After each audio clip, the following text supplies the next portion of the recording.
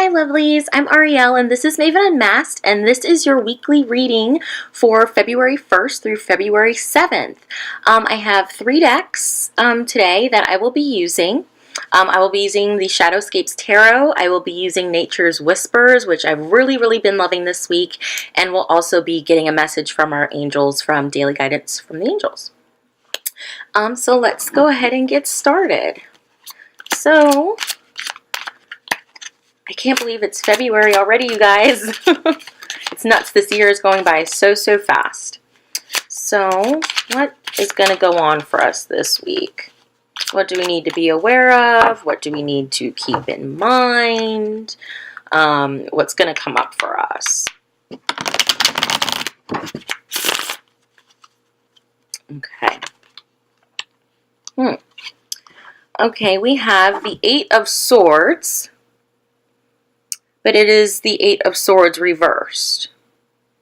So upright, the 8 of Swords is all about, being blind to a situation. You can't see the forest for the trees, feeling trapped. So in its reverse position, I think this means that we're finally starting to come around and loosen that blindfold a little bit. We're starting to see that, yes, we can free ourselves and we're not as stuck as we think that we are. I think this week will also involve a lot of positive affirmations and keeping that positive thinking in the forefront of our mind so that we don't go backwards and, have those feelings of self-doubt and being trapped and being stuck, all of those kinds of things. I think it's really important to, look at the bright side of things. Look at the positive side. Again, don't be so trapped in the negativity and the coulda, shoulda, wouldas and all of that kind of thing. Just focus on moving forward and stepping out from where you're at, stepping over that thorny trail and into, a beautiful clearing.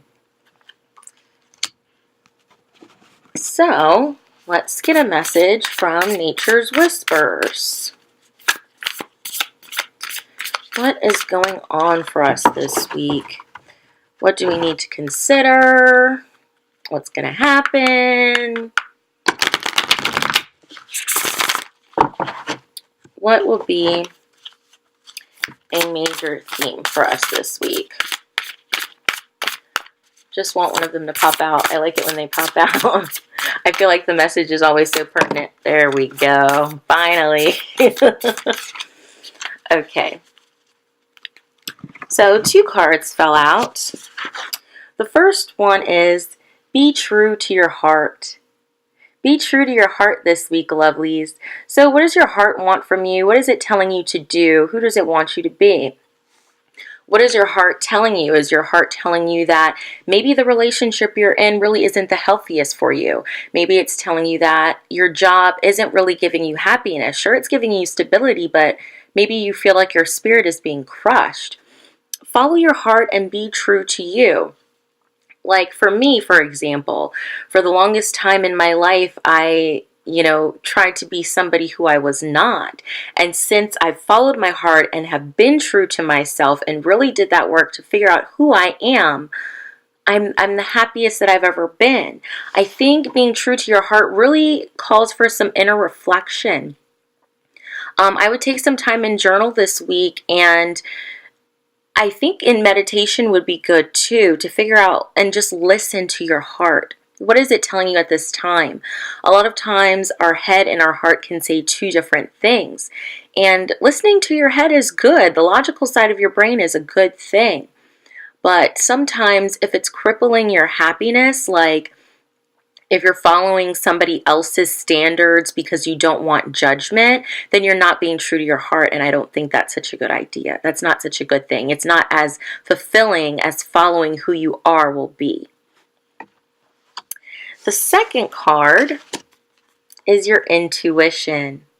Listen to your intuition this week, lovelies. Again, with being true to your heart, I think your intuition plays a big role in that. I think I said last week maybe, or maybe it was in another video, that your ego is this big big, loud, booming, screaming voice that you just can't ignore. Your intuition is way smaller than that. It's so meek and so quiet, and you really have to sit in the silence to be able to hear it clearly sometimes. Work on your intuition. The more you listen to your intuition, the stronger it will become. The more you'll be able to recognize it in your everyday life.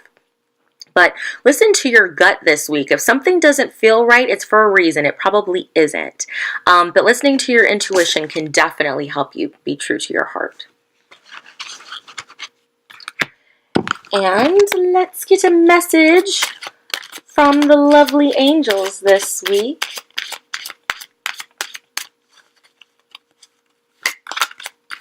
Ooh. Okay.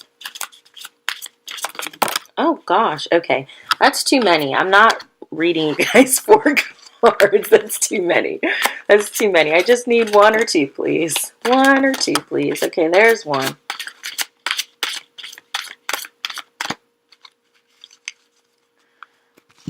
Okay. This week we have an opportunity to forgive. An opportunity to forgive. The card says, this situation brings you the opportunity to heal, grow, and release negative patterns. Hold the intention of seeing the other person's inner divine light and goodness. We will help you release unforgiving thoughts, feelings, and energies, and lift you to a higher place of peace and compassion. And I really think that really speaks to this 8 of Swords here. Forgiving yourself for things that you didn't see before, for not listening to your intuition, for feeling caught up and feeling stuck. Forgive yourself for that. You know, it's okay. It happens to the best of us. It happens to everybody sometimes, you know, and forgive yourself for not being true to your heart, you know, sometimes, for, you know, listening to the opinions of others to the detriment of yourself and your soul's ability to shine. Listen to your intuition, you know, for who you need to forgive. Is it somebody else, or is it, you know, yourself? Forgiveness isn't for the person that you're forgiving necessarily. It is for you. So you're not held back and you can move on and do big, bold, beautiful things. So really take the time this week, you know, when you're listening to your heart and what your heart is telling you, when you're listening to your intuition and what your intuition is telling you. Ask your heart, ask your intuition who you need to forgive and how. Forgiveness doesn't always have to be, you know, maybe the situation is, if it's not you, let's say it's somebody else. Maybe let's say it's a friend. You haven't talked to that friend in a long time and you don't necessarily think that it would be good to rehash that with them for whatever reason. You can write a letter to them and never give it to them.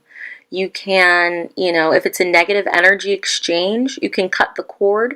But if you cut the cord, make sure that you send them back whatever energy that you took from them and, you know, bring back whatever energy they took from you. Cut the cord and just move on, you know. But everybody makes mistakes.